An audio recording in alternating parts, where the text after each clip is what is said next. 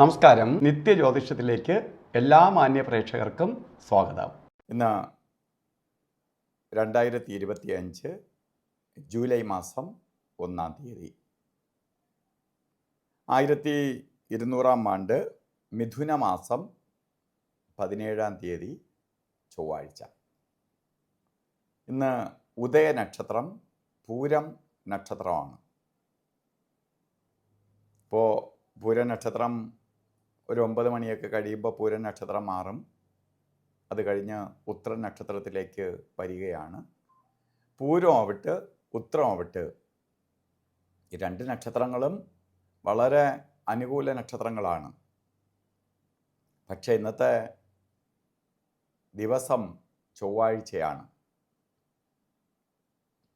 ചൊവ്വ എന്ന് പറയുമ്പോൾ ശരിക്ക് കുറച്ച് ഏറെ ഭൂമികാരകനാണ് എങ്കിൽ പോലും കുറച്ചേറെ നെഗറ്റീവ് എനർജിയുള്ള ഒരു ദിവസമാണ് ചൊവ്വാഴ്ച. പൊതുവേ നമ്മൾ ചൊവ്വാഴ്ച ദിവസം ശുഭകാര്യങ്ങൾക്ക്, ശുഭനക്ഷത്രമാണ് എങ്കിൽ പോലും ശുഭകാര്യങ്ങൾക്ക് അത്ര നല്ലതല്ല. ചൊവ്വ ശത്രുഗ്രഹമാണ്. അപ്പോൾ ടെൻഷനും അസ്വസ്ഥതയും ശത്രുതയും ഒക്കെ വർദ്ധിക്കും ശത്രുഗ്രഹമായതുകൊണ്ട്. അതുപോലെ തന്നെ പലതരത്തിലുള്ള ബുദ്ധിമുട്ടുകൾ, അഗ്നിഭയം ഉണ്ടാവാം. അതുപോലെ ആക്സിഡൻറ്റ്, വഴക്ക്, പ്രശ്നങ്ങൾ, മേലുദ്യോഗസ്ഥരുടെ അതൃപ്തി ഒക്കെ ഉണ്ടാകാനിടയുള്ള ദിവസമായതുകൊണ്ട് നമ്മൾ വളരെ ശ്രദ്ധയോടുകൂടി ഈ കാര്യങ്ങൾ കൈകാര്യം ചെയ്യണം. ഏറ്റവും പ്രധാനം എന്ന് പറയുന്നത് ശരിക്ക് മിഥുന മാസത്തിലെ നക്ഷത്രം വന്നിട്ടുള്ളവർ, അതായത് മിഥുന നക്ഷത്രത്തിലെ പൂരം നക്ഷത്രം ബർത്ത്ഡേ ആയിട്ട് വന്നിട്ടുള്ളവർക്ക് ഒരു വർഷത്തെ ഫലത്തെ ചിന്തിക്കുമ്പോൾ ശരിക്ക് നിങ്ങൾക്ക് അത്ര ഭാഗ്യദായകമായ ഒരു വർഷമല്ല. വ്യാഴമൊക്കെ 11-ൽ നിൽക്കുകയാണ് ഒക്കെ ആണെങ്കിൽ പോലും ചൊവ്വാഴ്ചയാണ് വന്നിരിക്കുന്നത്. അത് കുറച്ച് ശാരീരിക ബുദ്ധിമുട്ടുകൾക്കും അതുപോലെ കേസ് വഴക്കുകൾ, ഞാൻ നേരത്തെ പറഞ്ഞ പോലെ അഗ്നിഭയം, തീപ്പൊള്ളൽ തേക്കുന്നതിനൊപ്പം തന്നെ ആക്സിഡൻ്റ് ഉണ്ടാവുക, സർജറിക്ക് വിധേയമാവുക, ഇങ്ങനെയുള്ള അവസ്ഥകൾ വരാൻ സാധ്യതയുള്ളത് കൊണ്ട് നമ്മൾ ഈ ഒരു വർഷമേ ഉള്ളൂ. അപ്പോൾ ഈ ഒരു വർഷം വളരെ ശ്രദ്ധയോടുകൂടി പോകണം. പ്രത്യേകിച്ച് ഡ്രൈവിംഗ് ജോലി ചെയ്യുന്നവർ, അതുപോലെ ഇലക്ട്രിസിറ്റിയുമായി ബന്ധപ്പെട്ട് അല്ലെങ്കിൽ അഗ്നിയുമായി ബന്ധപ്പെട്ട് ജോലി ചെയ്യുന്നവർ ഒക്കെ വളരെ സൂക്ഷിക്കണം. നിങ്ങൾ എന്ത് ചെയ്യണം?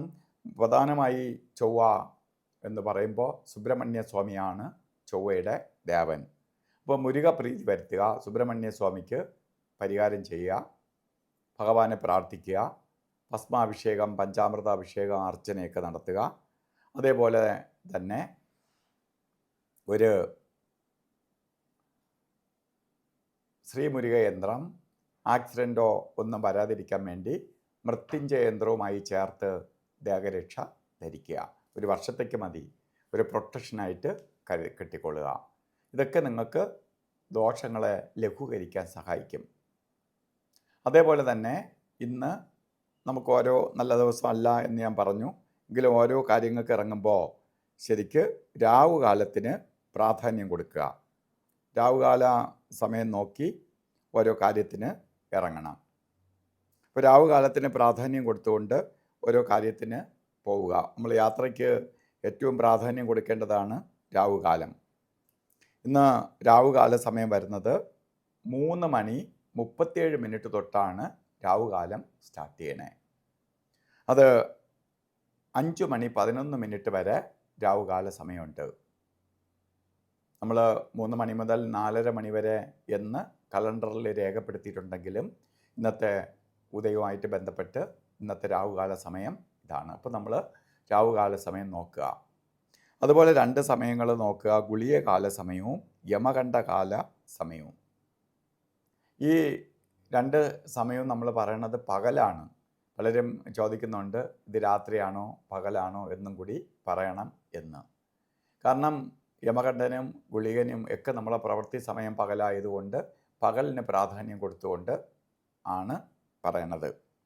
അപ്പോൾ ഗുളികകാല സമയം പറഞ്ഞത് 12:28 തൊട്ട് 2:03 വരെയും യമകണ്ഠകാല സമയം വരുന്നത് 9:20 തൊട്ട് 10:54 വരെയും. ഈ സമയം ശരിക്ക് ഒരു ശുഭകാര്യത്തിനും, മറ്റത് നമുക്ക് രാവുകാല സമയ യാത്രയ്ക്ക് മാത്രമെങ്കിൽ ഇത് രണ്ടും ഒരു ശുഭകാര്യങ്ങൾക്കും എടുക്കരുത്. അല്ല, ഇന്ന ദിവസം നമുക്ക് ചില കാര്യങ്ങൾ ചെയ്തേ തീരുള്ളൂ എന്നൊരവസ്ഥ വരികയാണെങ്കിൽ നമുക്ക് അഭിജിത്ത് മുഹൂർത്തത്തിന് പ്രാധാന്യം കൊടുക്കാം.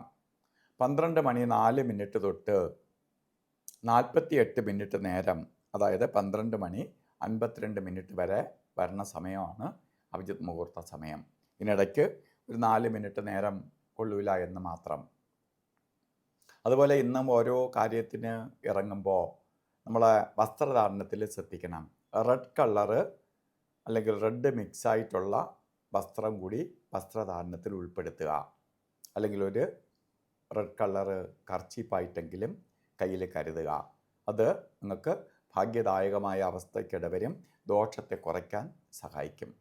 അപ്പോൾ ഇന്നത്തെ ദിവസം എല്ലാവർക്കും നല്ലത് വരട്ടെ എന്ന് പ്രാർത്ഥിച്ചുകൊണ്ട് നിർത്തുന്നു. നന്ദി, നമസ്കാരം.